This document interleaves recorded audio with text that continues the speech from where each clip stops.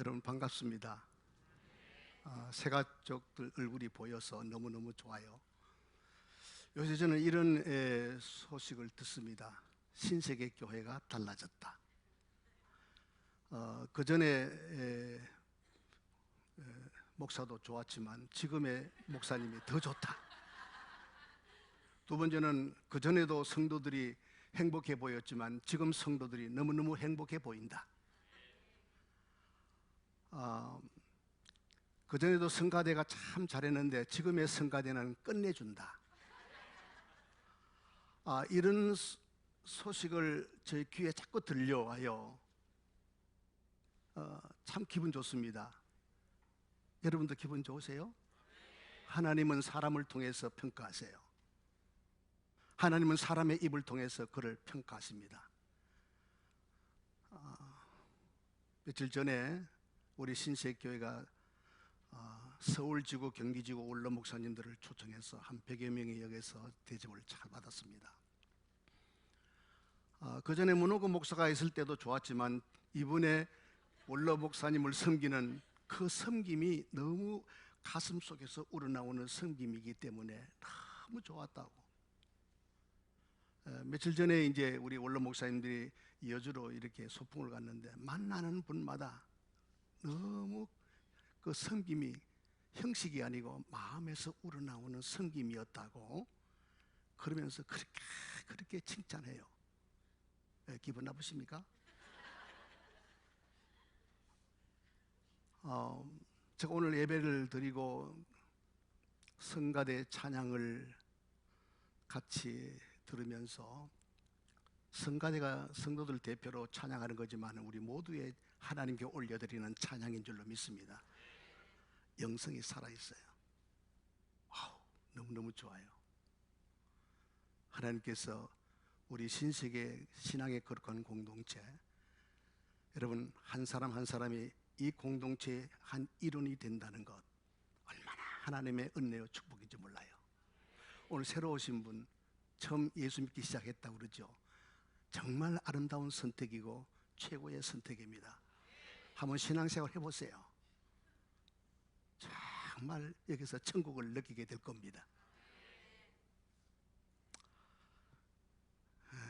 제가 할 말이 너무 많은데 저 설교가 길잖아요. 오늘 좀 설교가 좀 길 겁니다. 각오하시고. 그러나 좀 딱딱할지 모르지만 잘 들어보시면 이해가 될 거예요. 원래 제가 이제 원고 설교를 했지만은 사실은 이제 말이 언변이 우둔해가지고 원고 설교 안 하면은 어디 전달이 잘 안 돼요. 또 원고 설교 하다 보니까 좀 딱딱한 부분도 있지만 내용을 잘 들어보면은 이해가 될 겁니다. 하나님의 감동이 여러분과 함께 하시기를 바랍니다.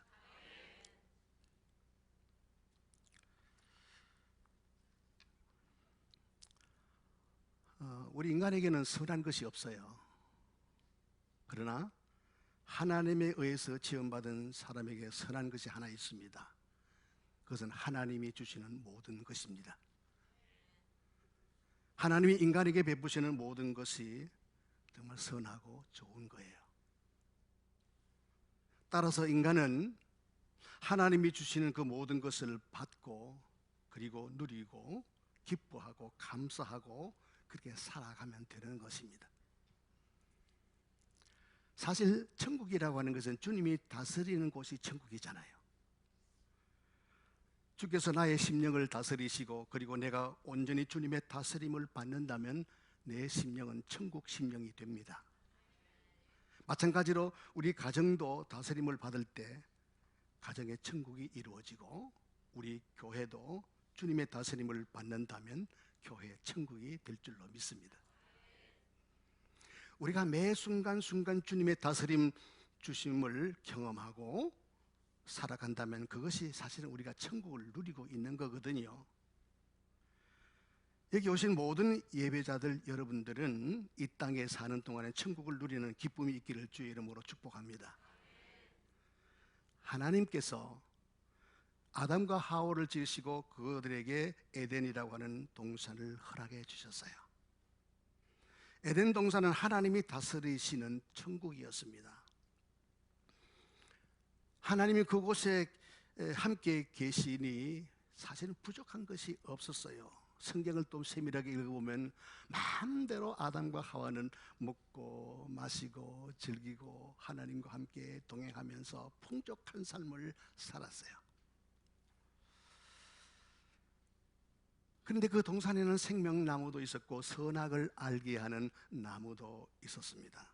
그러나 선악을 알게 하는 나무만은 먹어서는 안 되는 나무였어요. 그럼에도 불구하고 아담과 하와는 그 나무를 먹음으로 인해서 에덴 동산을 잃어버렸습니다. 천국을 잃어버렸어요. 자, 천국을 잃게 되니까 죄와 저주와 죽음이 찾아왔습니다. 질병과 고통과 두려움이 일어나는 지옥과 같은 상황으로 순식간에 변해버리고 말았습니다. 하나님께서 예수 그리스도의 이름으로 이 땅에 오셨습니다. 왜 오셨을까요? 바로 잃어버린 에덴 동산을 회복하시기 위함이었습니다. 천국을 잃어버린 자기 백성들에게 구원을 주시기 위해 예수님께서 역사의 한 순간 2000년 전에 저 베들레헴 땅에 예수의 이름으로 오셨어요. 구원을 주시기 위해서 오셨습니다. 예수님은 자기 백성들의 죄를 대신하여 십자가 위에서 속죄 제사의 희생양이 되셨고, 그래서 피를 흘려 십자가상에서 죽으셨습니다. 그러나 죽음의 권세를 이기시고 다시 부활하심으로 죄인들이 의인이 되는 주님의 의를 완성하셨어요. 예수 그리스도의 이 의를 이루심을 믿는 자, 예수는 나의 죄를 위해서 십자가에 죽으셨고 죽음의 권세를 이기고 부활하셨고, 바로 이 사실, 이 팩트, 이 사실을 믿는 자는 구원을 받는다고 주님은 말씀하셨습니다. 이미 우리는 바로 이 믿음으로 천국을 회복하고 에덴 동산을 회복한 하나님의 거룩한 백성이 된 줄로 믿습니다. 혹시 이 가운데 그렇지 못한다고 한다면 오늘 주님의 특별한 은혜로 이 믿음을 갖고 주님의 구원의 은혜에 동참하는 귀한 성도들이 될 수 있기를 주의 이름으로 축복합니다. 많은 그리스도인들이 하나님이 선악을 알게 하는 나무를 만드셨고, 또 만드시고 난 다음에 그것을 먹으면 죽는다라고 하는 경고에 대해서 사실은 이해할 수 없다고 그렇게 말합니다. 하나님이시라면 인간이 이 말씀에 실패했고 동산에서 추방당하는 결과를 초래하게 될 것을 이미 예수 하나님이시라면 이 사실을 알았을 텐데 왜 선악나무를 두셨는지에 대해 의문을 갖고 있습니다. 결국 인간이 선악나무를 통해서 내가 불행해졌다, 그래서 하나님이 하신 그 일로 인해서 사람들이 큰 해가 되었다 라고 하는 이 하나님이 하신 일에 대해서 인간은 결코 납득할 수 없는 것은 당연하죠. 하지만 우리가 역으로 한번 생각을 해보아야 합니다.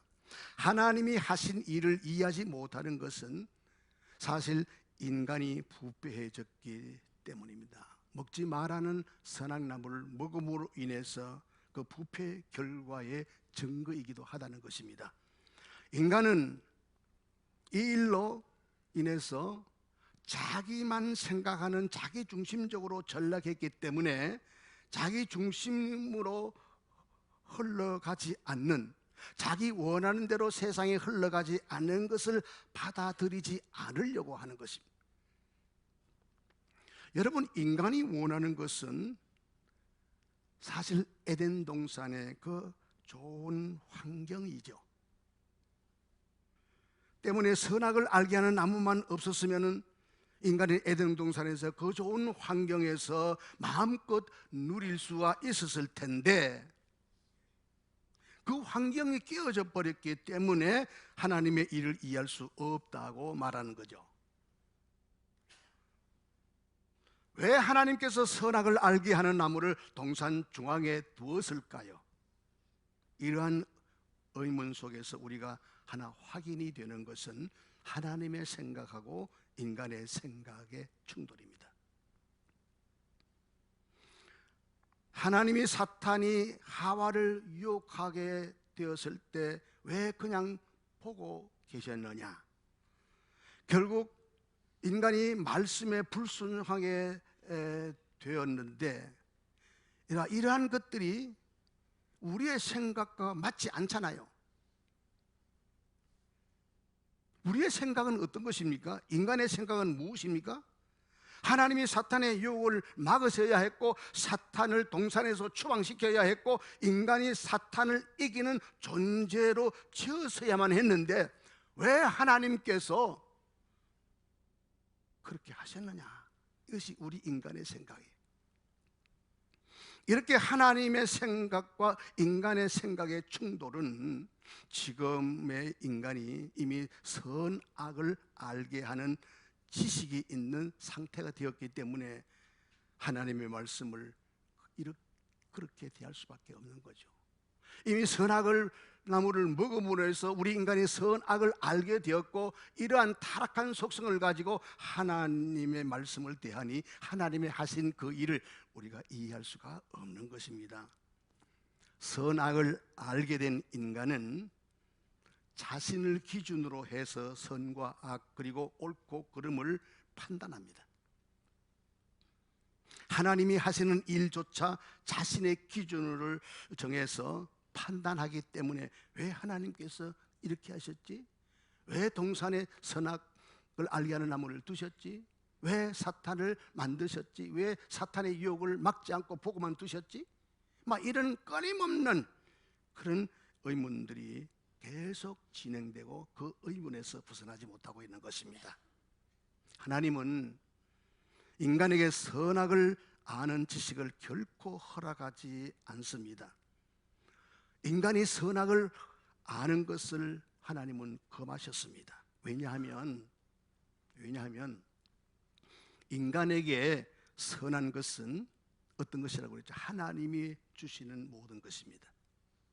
사람이 기준을 가지고 이것이 악이고 이것이 선이고 이것이 좋은 것이고 이것이 나쁜 것이라고 하는 그것으로 선을 기준을 삼는 것이 아니라 하나님이 우리에게 주신다면 그 모든 것이 바로 선한 것입니다. 인간은 하나님이 주신 그 모든 것을 받아 그러므로 누리고 기뻐하고 감사하면 되기 때문이에요. 인간 자신에게 주어진 환경이나 삶을 좋고 나쁘고 이렇게 판단한다면 하나님께서 주신 것으로 우리는 감사할 수가 없어요. 이것이 피조물이 해야 될 하나님의 창조주 하나님에 대한 감사와 찬양의 본분에서 벗어나기 때문에 하나님은 선악을 아는 지식을 결코 허락하지 않으시는 것입니다. 동산에는 마음껏 먹을 수 있는 생명나무도 있었어요. 생명나무를 먹을 수 있는 것은 사실은 죽음이 없는 상태일 때만 그 생명나무를 먹을 수가 있는 것입니다. 즉 죽음이 없는 상태. 그럼 죽음이 없는 상태가 무엇입니까? 선악을 모르는 상태, 선악을 따먹지 않았던 상태를 말합니다. 앞서 말씀드린 대로 인간에게 선악을 아는 지식이 없다면 좋고 나쁨을 판단할 필요가 없이 하나님이 주신 그 모든 것을 은혜로 여기며 하나님을 찬양하고 창조하자 하나님께 감사하면서 살았을 것입니다. 우리는 인간이 타락하기 이전에 아담과 하와가 에덴 동산에서 어떻게 살았을 것인가라고 하는 것을 유추할 수가 있죠. 하나님이 주신 것에 대해서 마음껏 자유를 누리면서 하나님을 찬양하고 하나님께 감사했을 것을 우리는 유추할 수가 있죠. 그런데 하나님을 위해서 뭔가 하려고 할 필요가 없는 거죠. 하나님을 위해서 뭔가 해야 한다는 생각도 그것이 자신은 스스로 그것이 옳다고 생각하기 때문에 하나님을 위해서 뭔가 하려고 하는 것입니다. 스스로 이것은 악하고 저것은 선한 것이라고 구분하면서, 그래서 내가 선을 행하였으니 내가 더 큰 복을 받는다는 것인데, 바로 이것이 인간들에게 있는 선악의 지식입니다. 하나님은 이걸 결코 허락하지 않으셨다는 거죠. 이제 선악을 알게 된 인간이 생명나무를 바라보면서 어떤 생각을 했겠어요? 생명나무 열매를 먹으면 내가 영생할 수 있다는 생각으로 그 생명나무 열매를 취하려고 할 것입니다. 본래 생명나무는 선악을 알지 못하는 상태에서 인간에게 허락된 것일 뿐입니다. 그러기에 선악을 알지 못하는 상태에서는 그 생명나무를 먹으면 내가 영생할 수 있다는 생각으로 먹지 않습니다. 선악을 먹기 전에 아담과 하와는 저 생명나무를 먹으면 내가 영생할 수 있다, 그런 생각으로 먹지 않고 하나님이 주셨으니까 그냥 먹은 거예요. 그리고 생명을 유지하는 거예요. 하나님이 허락하셨기 때문에 그냥 먹을 뿐이에요. 하지만 선악을 알게 되었을 때는 영생을 추구해야 되겠다고 하는 욕심으로 그 선악과를 먹게 되는 것입니다.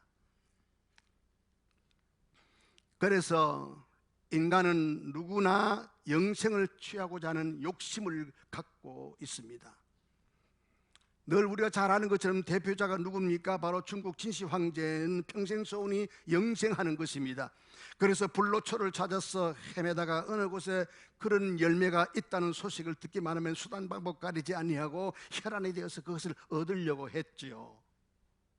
고서에 보면은 우리 한 조선의 한국에 소위 말하면 산삼이 있는데 그것을 먹으면은 굉장히 오래 산다, 그 소식을 듣고 그걸 구하려고 했다는 그런 이야기도 있죠. 사실 이러한 모습은, 생명은 하나님과 관계없이도 인간에 의해서 얻어질 수 있다는 타락한 속성이에요. 하나님은 생명이 이러한 방식으로 인간에게 주어지는 것을 결코 허락하지 않습니다. 때문에 하나님은 창세기 3장 24절에서 이렇게 말씀하셨어요. 같이 읽겠습니다.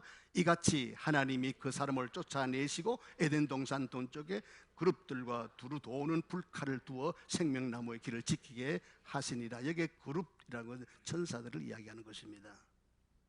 다시 말하면 인간의 힘으로는 그 누구도 생명을 취할 수 없도록 하나님이 조치를 취하신 거예요. 생명의 근원은 창조주인 나 하나님이고, 너희들은 나에 의해서 지어진 피조물이기 때문에 너희들에 의해서 생명을 유지할 수는 없다는 것입니다. 이런 하나님의 취지, 이러한 하나님의 뜻을 알지 못하는 인간들은 여전히 자기의 힘과 노력으로 생명나무를 취하여 살고자 하는 타락한 속성을 지니게 되었다는 거죠. 그래서 어떻게 하면 복과 영생을 취할 수 있을까? 그 생각에 빠져서 자신에게 유익되는 행동을 하고 그것에 대한 보상을 받고자 하게 하는 것입니다. 이런 속성의 결과 세상에 무엇이 많이 나타났습니까? 시대를 초월해서 여러 민족의 문화를 초월해서 사람이 사는 곳에는 언제나 종교들이 생겨나게 된 것입니다. 제가 말씀드린 대로 세상적인 종교의 특징은 무엇입니까? 신이 있고 신을 감동시키려면 인간이 여러 가지 무슨 선한 것들을 많이 하고 정성과 열심을 기울여서 신에게 뭔가 좋은 일을 하면 신이 감동받아서 복을 준다. 이것이 세상 종교의 특징 아닙니까? 그런데 심지어 교회 안에서도 이러한 속성으로 신앙생활을 하려고 하는 분이 있다는 거죠. 우리는 복음을 바로 알아야 합니다. 사도 바울은 갈라디아 교회 성도들에게 은혜의 복음을 설교했습니다. 갈라디아 1장 6절의 말씀에 이렇게 사도 바울은 시작합니다. 그리스도의 은혜로 너희를 부르신 이를, 그리스도의 은혜로 너희를 부르신 이를 이같이 속히 떠나 다른 복음을 따르는 것을 내가 이상히 여기노라. 사도 바울은 인간의 구원, 영생의 문제는 하나님께서 우리를 부르셔서 은혜로 주셨을 때 우리가 누리는 것이지, 인간의 무슨 행위로나 의지로 되는 것이 아니라고 하는 은혜의 복음을 사도 바울이 갈라디아 교회에 선포하고 있는 것입니다.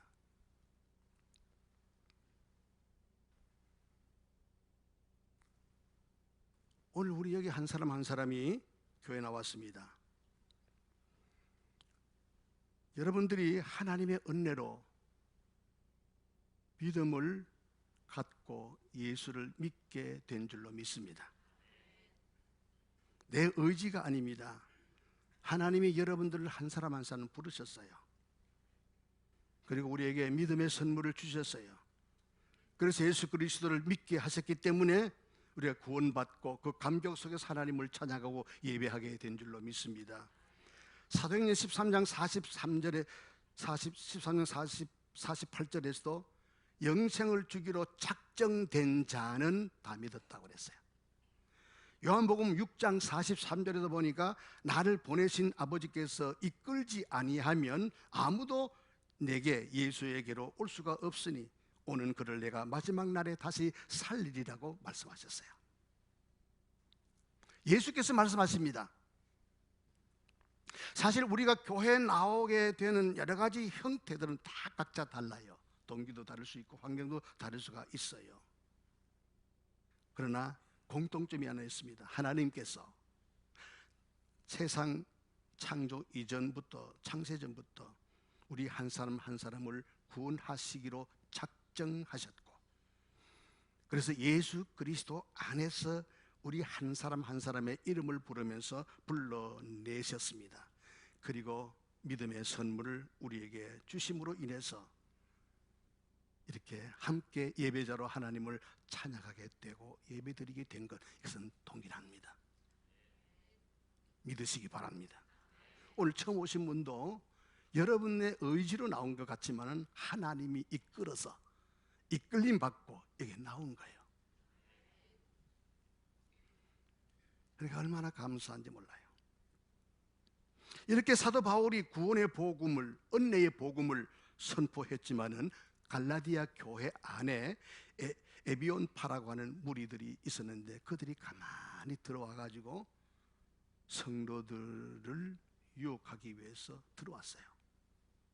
그러면서 그 은혜의 복음에 반하는,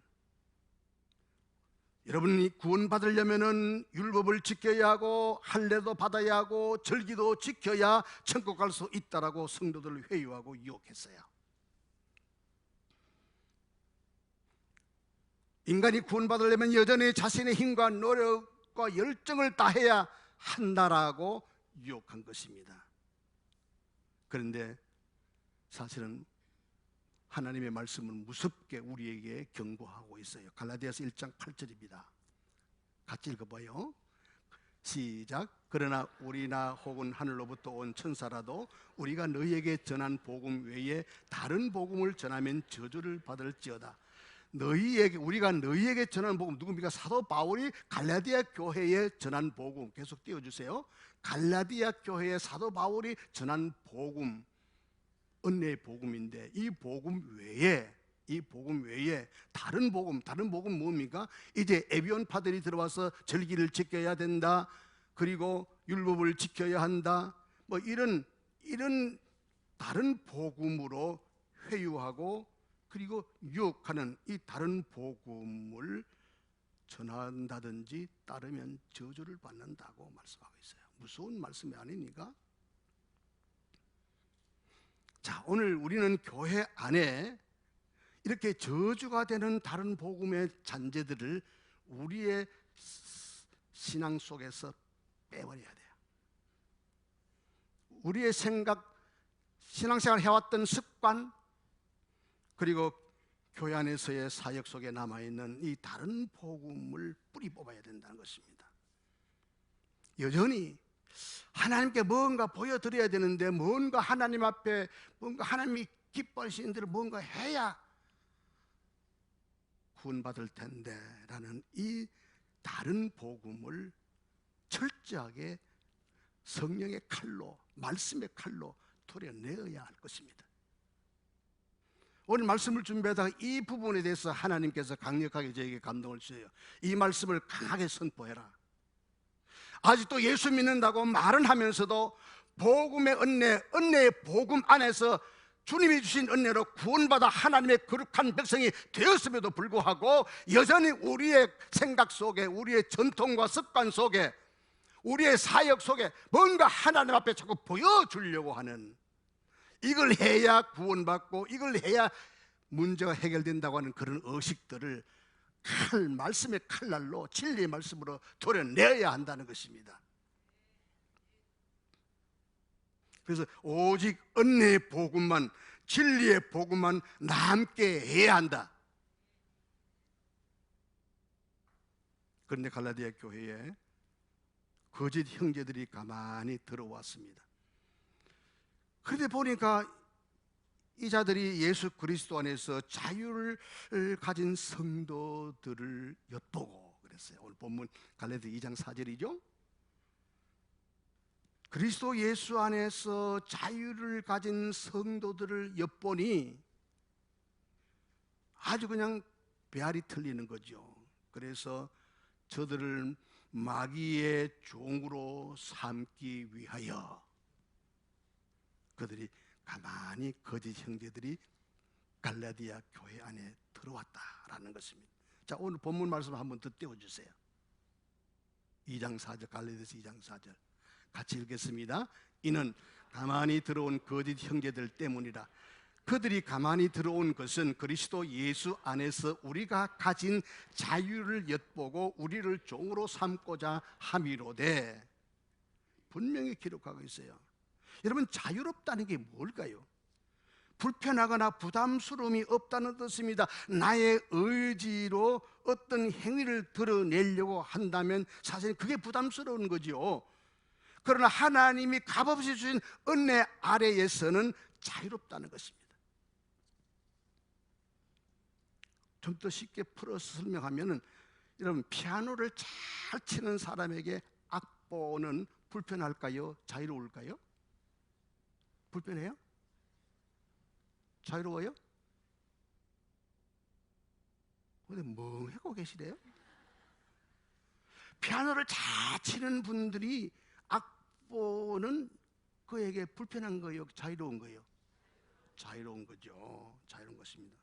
새로운 악보를 줘도 그 악보를 보고 피아노를 잘 칩니다.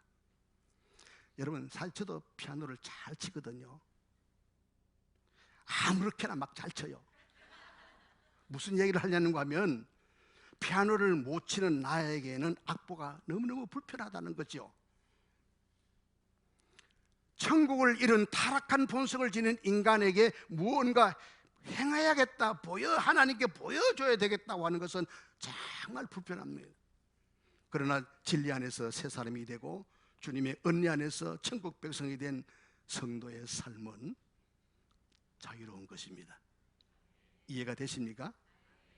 교통법규는 운전자를 보호하기 위한 것이지 운전자를 억압하기 위한 것이 아니에요. 하나님의 진리, 은혜의 복음은 여러분들을 불편하게 만드는 것이 아닙니다. 하나님의 진리 안에서 어긋나게 살려고 하니까 불편한 것이지, 진리 안에 살면 엄청 자유로워요.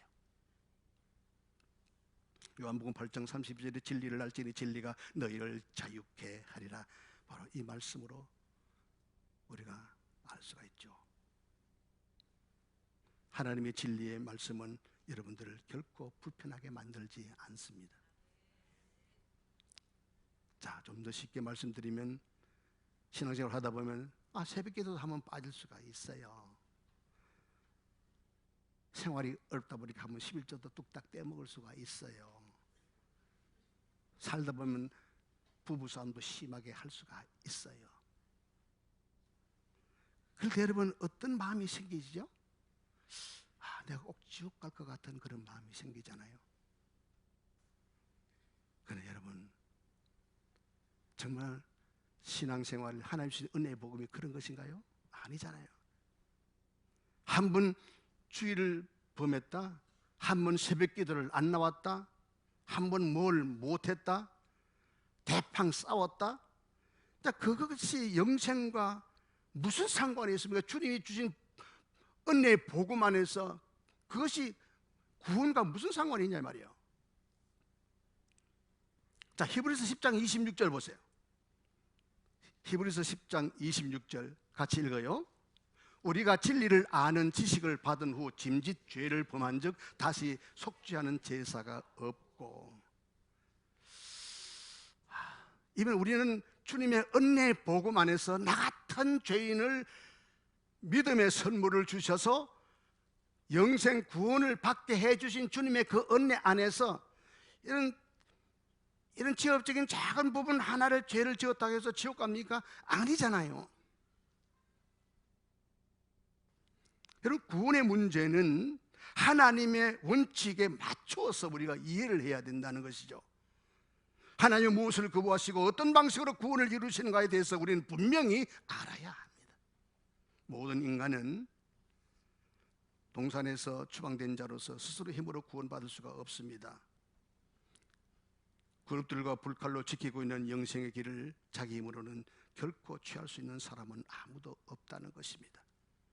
그럼에도 불구하고 여러분 계속해서 고집을 부려요. 나는 할 수 있다, 나는 믿음도 있고 의지도 강하고 성령 받았으니 나는 의를 행할 수가 있다, 이런 생각을 여러분 포기하지 않고 있다면 그것이 하나님의 다스림에서 벗어나는 일입니다. 생명의 길은 하나님이 막으시는 길을 다시 열어주시는 그런 방식이 아니에요. 한 분 하나님이 막으신 그 길을 다시 열지 않습니다. 에덴 동산의 생명나무, 하나님께서 왜 그릇들과 불칼, 움직이는 불칼들로 막고 계실까요? 하나님은 이미 그런 방식으로 구원의 문을 닫았어요. 다시 열지 않습니다. 만약에 열었다가 닫았다가 이렇게 하시다면 진리 하나님으로서 있을 수가 없는 일이죠. 그런데 대신 하나님은 예수 그리스도라고 하는 새로운 구원의 길을 우리에게 열어주셨습니다.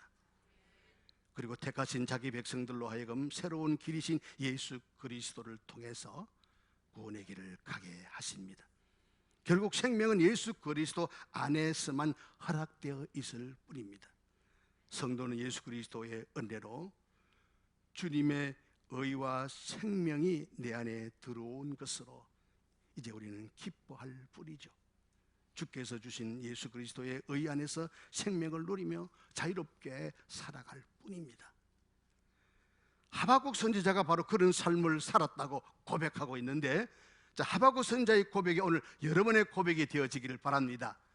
어떤 고백을 하고 있어요? 하박국 3장 17절에서 18절 우리 다 같이 이것이 나의 고백이라고 생각하고 같이 읽겠습니다. 비록 무화과 나무가 무성지 못하며 포도나무 열매가 없으며 감람나무에 소출이 없으며 밭에 먹을 것이 없으며 우리의 양이 없으며 요양간에 소가 없을지라도 18절 나는 여호와로 말미암아 즐거워하며 나의 구원의 하나님으로 말미암아 기뻐하리로다. 아멘. 아멘입니까? 하박국 선지자와 같이 구원받은 성도가 하나님으로 하여금 기뻐하고 즐거워하며 자유로울 수 있습니다. 그 근거가 있어요. 하박국 선지자가 즐거워하고 자유로웠던 근거가 있었어요.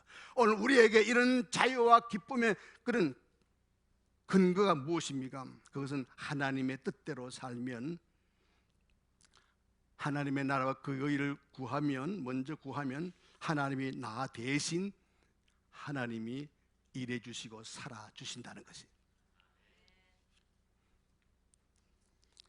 모세가 광야에서 40년 동안 도망자로 살고 있었을 때 하나님이 모세에게 찾아왔습니다. 애굽으로 가서 내 백성을 구원해내라. 이런 사명을 주셨지만 모세는 아이고 나는 언변도 없고 힘도 없고 그 일을 감당할 수가 없습니다. 핑계대었지만 결국은 양을 위해서 잡았던 그 지팡이를 하나님의 지팡이로 잡고 그 사명의 길로 그 뜻을 이루기 위해서 나아갔습니다. 그때부터 모세가 일한 것이 아니고 하나님이 배후에서 모세를 사용하셔서 하나님이 일하셨어요.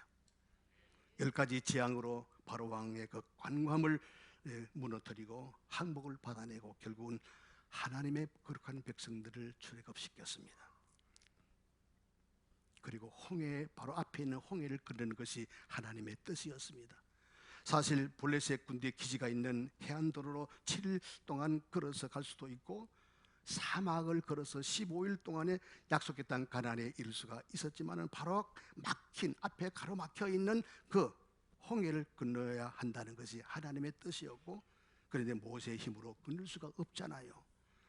그런데 하나님의 뜻대로 그럼에도 불구하고 나아갔었을 때 누가 하나님이 일하셨습니다. 홍해를 하나님이 가르셨고 건너게 하신 줄로 믿습니다. 광야에 나왔습니다. 불과 구름 기둥으로 그들을 보호하고 그들을 인도했습니다. 만나를 먹게 하셨고 계속해서 만나만 먹으니까 지겨웠다고 불평하니까 하나님께서 고기도 먹게 하시고 애굽에서 먹었던 마늘 양념도 먹게 하셨습니다. 이것이 성경입니다. 여러분, 이것이 자유할 수 있는 근거예요. 하나님께 맡기고 나아갔더니 내 대신 하나님이 책임져 주시고 하나님이 대신 일하셨어요. 마태복음 6장 31절에서 33절에 보면은 걱정하지 말라. 어떻게 살고 입고 먹을지 걱정하지 말라. 내가 필요한 것을 다 안다. 그러면 너희는 먼저 그의 나라와 그의 뜻 하나님의 뜻만 구하라. 그러면 이 모든 것을 너에게 더해 주겠다. 모든 것이 하나님의 은혜지요. 여러분, 우리가 자유로울 수 있는 근거는 무엇입니까? 예수 그리스도 안에서 자유롭게 살 수 있는 건 하나님의 뜻대로 나아가기만 하면 하나님의 거룩한 백성들이 있었던 것 아시고 다 채우시고 하나님이 내 대신 해결해 주시는 줄로 믿습니다. 시간이 좀 갔지만 이 간증은 꼭 해야 되겠어요. 제가 얼마 전에 이제 태국으로 여행을 우리 아내와 함께 갔습니다. 가기 전에 젊은 시절에 충농증 수술을 했거든요. 몇십 년 만에 재발을 해서 자꾸 이게 아프다고 그래서 병원에 갔더니 곰기 시작한다고 그 약을 줘서 먹었어요. 여행 바로 떠나기 전에 또 약을 더 많이 타와가지고 이제 여행하면서 먹으려고 갔어요.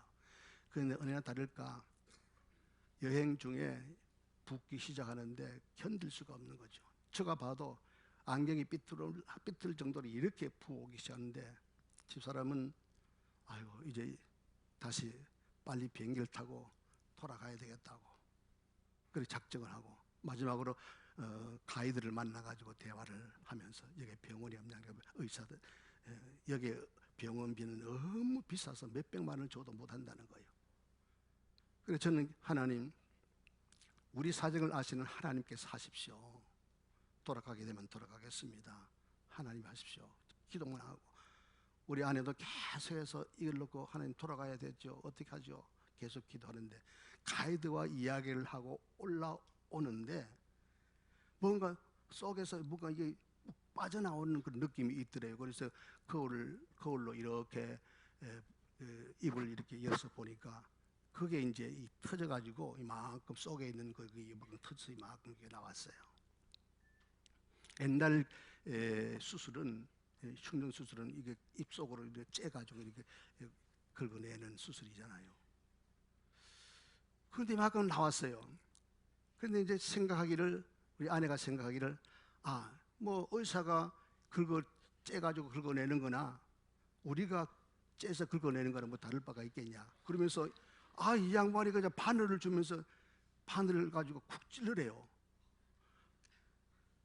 저는 바늘만 봐도 무서운 사람인데 그래 입을 뒤져가지고 그걸 갖다 찌르려니까 찌를 수가 없어요. 겁이 나가지고 계속 떨려서 못 찌르겠어요. 근데 결국은 용기를 내서 그냥 여기 막 이거 제껴서 가지고 판을 가지고 푹 찔러버렸어요. 그러니까 더러운 그 핏덩어리가 막 줄줄 쏟아지면서 그냥 회복되기 시작하는데 너무 하나님께 감사했어요. 돌아오지 않아도 되고 하나님께서 이렇게 저로 하여금 그냥 내과 의사가 되도록 수술까지 하게 하시고 그래서 제가 하나님을 찬양하면서 하나님께 기도했습니다. 하나님 감사합니다. 하나님은 내 앞길을 나는 모르지만 주님은 이걸 다 예비하시고 저로 하여금 바늘을 찔러 이렇게 수술하게 하시고 온전하게 하신 하나님 감사합니다.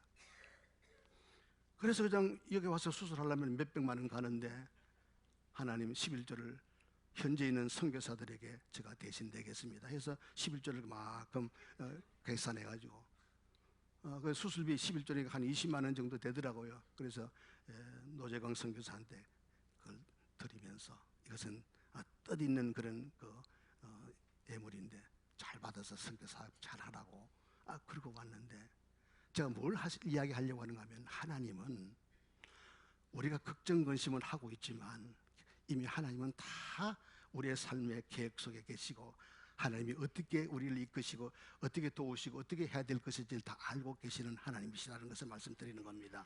걱정하지 마십시오. 우리 예수 그리스도 안에서 우리는 자유함을 가진 자입니다. 염려하지 마시고 이 교회를 통해서 하나님을 잘 섬기는 저희 거룩한 백성 되기를 주의 이름으로 축복합니다.